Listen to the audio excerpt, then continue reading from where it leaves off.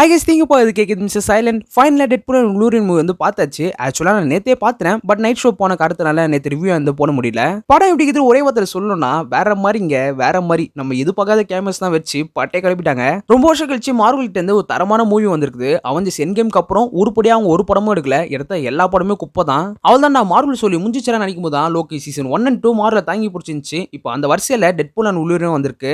இந்த வீடியோவில் என்னோட பாயிண்ட் ஆஃப் ரிவ்யூ தான் சொல்ல போறேன். இந்த மூவி பார்த்தோன்னே எனக்கு பட்ட பாசிட்டிவ் நெகட்டிவ் தான் உங்கள்கிட்ட ஷேர் பண்ண போறேன். யாராவது மூவி பார்க்காம இருந்தாலும் பிரச்சனை இல்லை, ஏன்னா இந்த ரிவ்யூல நான் இந்த விதத்தில் ஸ்பாயில் பண்ண போதில்லை. ஸோ இந்த வீடியோ பார்த்துட்டு கூட மூவி பார்க்கலாம். அப்புறம் என்ன வீடியோ ஆரம்பிச்சிடலாமா? ஃபர்ஸ்ட் பாசிட்டிவ் பார்த்தீங்கன்னா மார்வல் தான் சொல்லி ஆகணும். ஏன்னா மார்வல்னாலே கண்டிப்பாக எல்லாருக்கும் தெரியும் PG-13 மூவி மட்டும் தான் தருவாங்க. பட் ஃபர்ஸ்ட் டைம் ஒரு R-rated ஃபிலிம் மார்வல் சைட்லேருந்து வருது. மார்வல் பண்ண உருப்படியான விஷயமே இந்த படத்தை R-rated கொண்டு வந்தான். இன் கேஸ் இதை PG-13 கொண்டு வந்தாங்கன்னா இப்போ என்ஜாய் பண்ண அளவுக்கு இந்த படத்தை என்ஜாய் பண்ணி பார்க்க முடிஞ்சுக்குமான்னு சொல்லி சத்தியமா தெரியல. அண்ட் டிஸ்னி அண்ட் மார்வலை கண்டிப்பாக பாராட்டே ஆகணும் இந்த விஷயத்தில். ஏன்னா அவங்களோட ஆடியன்ஸ் பார்த்தீங்கன்னா கிட்ஸ், டீனேஜர்ஸ் அண்ட் ஃபேமிலி இவங்களுக்கு ஃபோக்கஸ் பண்ணி தான் படம் வந்து எடுப்பாங்க. பட் ஃபர்ஸ்ட் டைம் இது எதுவுமே வேணாம், நம்ம ஒரு R-rated ஃபிலிம் இருக்கலாம் சொல்லி ஒரு ஸ்டெப் எடுத்து வச்சாங்களே, அது கண்டிப்பாக பாராட்டே ஆகணும். ஏன்னா R-rated இருந்ததால் தான் இந்த படத்தில் நிறைய ஃபன் அண்ட் ஆக்ஷன் வந்து வைக்க முடிஞ்சது. அண்ட் இந்த படத்தில் உள்ள ரெண்டாவது பாசிட்டிவ்னு பார்த்தீங்கன்னா VFX தான். இதுக்கு முன்னாடி வந்து மார்வல் ப்ராஜெக்ட் எல்லாத்துலேயுமே குறையா சொல்லப்பட்டது VFX சரியில்லைன்னு மார்வல் ஃபேன்ஸுமே அதான் சொன்னாங்க.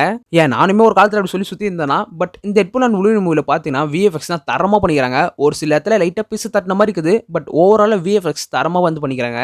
அண்ட் அடுத்த பாசிட்டிவாக எனக்கு பட்டது வந்து இந்த படத்தில் உள்ள சாங் தான். பேசிக்காக இங்கிலீஷ் சாங்னாலே கேட்க மாட்டேன், பெருசாக எனக்கு இன்ட்ரெஸ்ட் வந்து கிடையாது. பட் இந்த படத்தோட ஓப்பனிங் ஃபைட் சீக்வன்ஸில் ஒரு சாங் வரும். அந்த சாங் ரொம்பவே நல்லா இருந்துச்சு. படத்தில் சாங் பிளஸ் ஆக்ஷன் சொல்லி ரெண்டு விஷுவலாக பார்க்கும்போது ஆட்டோமேட்டிக்காக ஒரு வைப் வந்து செட் ஆயிடுச்சு. அண்ட் இந்த படத்தில் இருந்துச்சு ஆக்டர்ஸ் ரயன் டெட்பூல் கேரக்டருக்காகவே உருவாக்கப்பட்ட ஒரு மாதிரி இருக்காரு. எப்படி அயன்மேனா எல்லாருக்கும் டக்குன்னு RDJ மண்டைக்கு வருதோ, ஆமா டெட்பூல்லாம் இனிமேல் ரயன் மட்டும் தான் மண்டைக்கு வருவாரு. தலைவன் சும்மா டெட்பூல் கேரக்டர் செதுக்கி வச்சுக்கிறான். பொது ஆக்டர் செத்து பார்த்தீங்கன்னா மூவியில் ஒரு கேரக்டர் பண்றாங்கன்னா அந்த கேரக்டருக்கு ஏற்ற மாதிரி நடிப்பாங்க, ரியல் லைஃப்ல வேற மாதிரி இருப்பாங்க.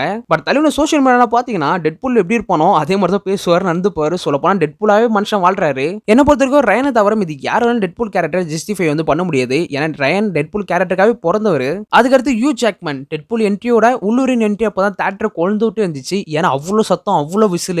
இது என்னதான் டெட்பூல் மூவியா இருந்தாலுமே தியேட்டர்ல அதிகமாக விசில் அடிச்சு கை தட்டினது எல்லாமே ஹியூ ஜாக்மனுக்கு மட்டும் தான். அவர் வரும்போது தான் ரொம்ப அதிகமான விசில் சத்தம் சொல்லி ஏகப்பட்டது பண்ணாங்க. மனுஷனுக்கு 55 வயசு ஆகுது, பட் இருந்தாலுமே இந்த படத்துக்காக ஒர்க் அவுட் பண்ணி மசில்ஸ் வந்து அப்படியே ஏற்றி வச்சுக்கிறாரு. அந்த ஆக்டிங்குமே தரமா பண்ணி வச்சுக்கிறாரு. ஓவரால் இந்த டெட்பூல் அண்ட் வுல்வரீன் இந்த காம்பினேஷனும் ரொம்ப சூப்பரா இருந்துச்சு. படம் முழுக்க சமன் ஃபன் அண்ட் ஆக்ஷன் தான். 2 மணி நேரம் போனதே வந்து தெரியல. இன்னும் நிறைய டெட்பூல் வேரியன்ஸ் வந்து காமிச்சிருப்பாங்க. டெட்பூல் வேரியன்ஸ் வச்சு சில காமெடி சீக்வன்ஸ் இருக்குது, அதனால கண்டிப்பாக விழுந்து சிரிப்பீங்க. பட் அது எல்லாத்தையும் சொல்லி நான் ஸ்பாயில் பண்ண விரும்பல. இந்த படம் வந்து 2 hour தான், பட் இன்னும் கொஞ்சம் எக்ஸ்டெண்ட் பண்ணி 2.5 hour வந்து கொண்டு போயிருக்கலாம். இந்த படம் முடிஞ்சதே தெரியல, ஆரம்பிச்சதே தெரியல, முடிஞ்சதே தெரியல, சல்லுன்னு போன மாதிரி இருக்குது. இன்னும் கொஞ்சம் எக்ஸ்டெண்ட் பண்ணி கொஞ்சம் பொறுமையாக போயிருக்கலாமோ அப்படின்னு தோணுச்சு. எனது இந்த படத்தில் இவ்வளோ பாசிட்டிவ்ஸ் இருந்தாலுமே ஒரு சில நெகட்டிவ்ஸ் இருக்க தான் செய்யுது. முக்கியமாக இந்த படத்தோட ஃபர்ஸ்ட் 1 hour வந்து செம்ம ஃபன்னாக வந்து கொண்டு போயிருந்தாங்க, அதில் குறைய சொல்ல மாட்டேன். பட் லாஸ்ட் 1 hour எமோஷனாக கொண்டு போய் ட்ரை பண்ணிக்கிறாங்க, பட் அது சுத்தமாக செட் ஆகல. நம்ம வுல்வரீன் அவர் பாஸ்ட்டை பற்றி சொல்லி ரொம்ப ஃபீல் பண்ணுவார். நான் பண்ண தப்புக்கு பிராச்சித்தம் தான் இந்த எக்ஸ்மேன் சூட் வந்து போட்டுக்கிறதா சொல்லுவார். பட் அவர் ஃப்ளாஷ்பேக் சொல்லும்போது முக்கியமாக நீங்கள் நோட் பண்ணி பார்த்தீங்கன்னா அவர் பாஸ்ட்டில் நடந்த சம்பவத்து காரணமே இவர் குடிச்சிட்டு போதையில் இருந்தது தான். பட் இந்த ஸ்டோரி சொல்லும்போதே அவர் குடிச்சிட்டு போதையில் தான் சொல்லிட்டு இருப்பாரு. குடினால தான் வாழ்க்கை போச்சு, ஸோ நான் குடியை விட்டு இப்போ குடிக்காம இருக்கிற மாதிரி வுல்வரீன் காமிச்சிருந்தாங்கன்னா அது படம் பார்க்குற ஆடியன்ஸ்க்கு ஒரு அட்வைஸாக போய் சேர்ந்திருக்கும். அதே சமயத்தில் ஈஸியாக வுல்வரீன் ஃபீலிங்ஸ் வந்து கனெக்ட் ஆயிருக்கும். பட் படத்தில் எப்படி காமிச்சிக்கிறாங்கன்னா குடினால தான் வாழ்க்கை போச்சு அப்படின்றத வுல்வரீன் குடிச்சிக்கிட்டே வந்து சொல்ற மாதிரி காமிச்சிக்கிறாங்க. இது மூலமா எப்படி அந்த எமோஷனை கன்வே பண்ணலாம்னு நினைச்சாங்கன்னு சொல்லி சத்தியமா எனக்கு புரியல. அண்ட் அதே மாதிரி தான் டெட்பூலோட பெயின் அவரோட எமோஷனை வந்து வெளியே காமிக்க ட்ரை பண்ணிக்கிறாங்க. அந்த எமோஷன் கனெக்ட் ஆகிற சமயத்தில் கரெக்டாக டெட்பூலே காமெடி பண்ணி அதை அப்படியே கழிச்சு விட்டுறாரு. ஆல்மோஸ்ட் டெட்பூலோட எமோஷன் நம்மகிட்ட கனெக்ட் ஆகிற மாதிரி வரும்போது டெட்பூலே ஒரு காமெடி போட்டு நம்மளை சிரிக்க வச்சிருக்காரு. ஸோ அந்த எமோஷனை கரெக்டாக அவங்க மெயின்டைன் பண்ண முட்டாங்க.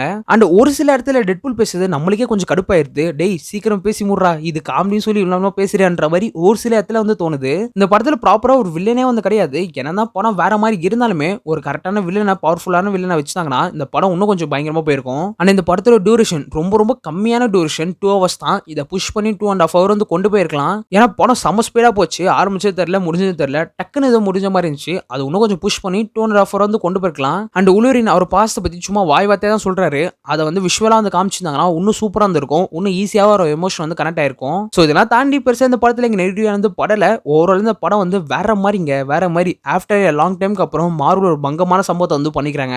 ஆஃப்டர் எண்ட் கேமுக்கு அப்புறம் செலிப்ரேட் பண்ணி என்ஜாய் பண்ணி பார்க்கக்கூடிய ஒரு மூவியா இப்போ டெட்பூல் அண்ட் வுல்வரீன் வந்து ரிலீஸ் ஆயிருக்குது. டேய் மார்வலே தயவு செஞ்சு சொதிப்பிடாதீங்கடா, இப்போதான் டெட்பூல் அண்ட் வுல்வரீன் மார்வல் மானத்தை வந்து காப்பாத்திருக்குது, இது அப்படியே மெயின் பண்ணி கொண்டு போயிருங்க. ஸோ ஓவரால் இந்த படம் வந்து ஒரு தரமான படம். இந்த படத்துக்கு என்னோட ரேட்டிங் வந்து 5க்கு 4.9 வந்து கொடுப்பேன். கொடுப்பேன். அண்ட் நீங்க மாறு ஃபேன்ஸா இருந்தீங்கன்னா மறக்காம இந்த படம் போய் செக் பண்ணி பாருங்க. அண்ட் முக்கியமா 18+ இருந்தா மட்டும் பாருங்களேன். ஏன்னா வாயை தொந்தாலே பியூரா பேசிட்டு இருப்பாங்க. சரி ஓகே guys, இந்த வீடியோ இதோட முடிச்சுக்கிறேன். இந்த படம் நீங்க பார்த்திருந்தீங்கன்னா இந்த படத்துக்கு எத்தனை ரேட்டிங் கொடுப்பீங்க 5க்குன்னு சொல்லிட்டு கீழே கமெண்ட்ல சொல்லுங்க. உங்களை அடுத்த ரிவ்யூல பார்க்குறேன். பாய் guys.